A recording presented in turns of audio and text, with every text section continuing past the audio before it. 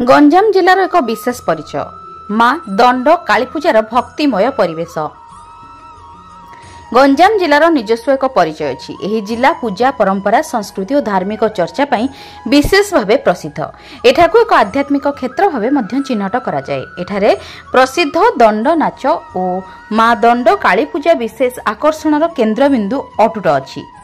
एही पूजा चैत्र मासरे अनेक जगह अनुष्ठित हुए। एही एक विशेष पूजा जहाँ माँ काली को समर्पित थाए। भक्त माने एही पूजा को गभीर भक्ति और निष्ठा सह करती। तेबे एही पूजा आरंभ पूर्वरु भक्त माने निज घर बा घरे थिबा सामान्य सुविधा को छाड़ी सनातन धर्मर प्रचार प्रसार करने को लगी पड़ती।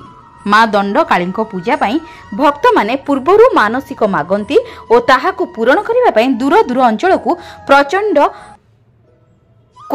खरा मध्य पादयात्रा करी पहुंचती। आज छतरपुर अंचलर जड़े भक्त निज घर पाखरे माँ दंड काली पूजार आयोजन करिसेंती।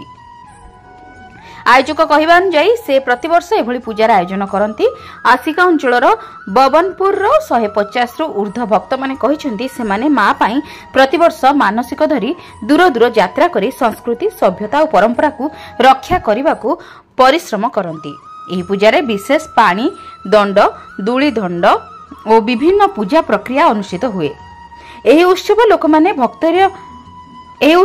माने मध्यरे भक्ति भावना जागृत करे और पुनर्बार सांस्कृतिक उजागर करे।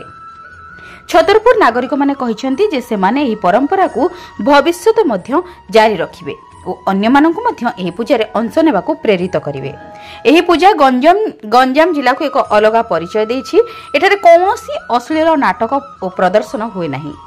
एठी पारंपरिक रामायण भागवत और पुराण आधारित पूजा पालन करा जाए। यह होची सनातन धर्मर शक्ति और महिमा रूप।